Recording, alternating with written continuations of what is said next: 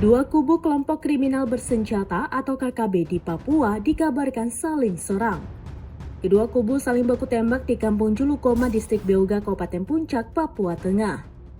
Adapun penyerangan disebut karena tidak ada kesepakatan. Akibat peristiwa ini, sejumlah anggota KKB dikabarkan tewas dan sejumlah orang luka-luka. Mengutip poskupang.com, menurut saksi mata yang namanya tidak boleh disebutkan, sejumlah rumah warga juga ikut dibakar, buntut perpecahan kedua kubu KKB itu. Dua kubu KKB saling tembak diduga akibat penembakan pesawat kargo milik Asian One di Bandara Beoga pada Jumat 14 April 2023 lalu. Menurut saksi, KKB selama ini bermarkas di wilayah Beoga dan sekitarnya, yakni kelompok JB.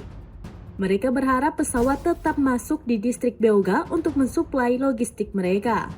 Sementara kelompok KKB yang bukan berasal dari Beoga, yakni KKB di bawah pimpinan LK dan AK, berharap agar jangan ada pesawat melayani distrik Beoga. Sedangkan jika pesawat tidak masuk ke distrik Beoga, maka masyarakat akan kesusahan. Kedua kubu KKB sempat melakukan pertemuan untuk membahas perbedaan persepsi tersebut. Kedua kubu membuat pertemuan di Kampung Julukoma untuk mengklarifikasi penembakan pesawat Asian One tersebut. Namun kedua kubu tidak ada kesepakatan dan solusi, akhirnya mereka saling tembak. Akibat saling tembak tersebut, sejumlah anggota KKB dari dua kelompok mengalami luka-luka dan dilaporkan ada yang tewas.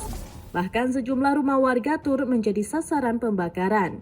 Secara terpisah, Bupati Puncak Willem Wandik membenarkan peristiwa dua kubu KKB saling baku tembak tersebut. Willem mengaku bingung dengan kondisi ini. Pasalnya, masyarakat sipil juga menjadi korban akibat ulah KKB.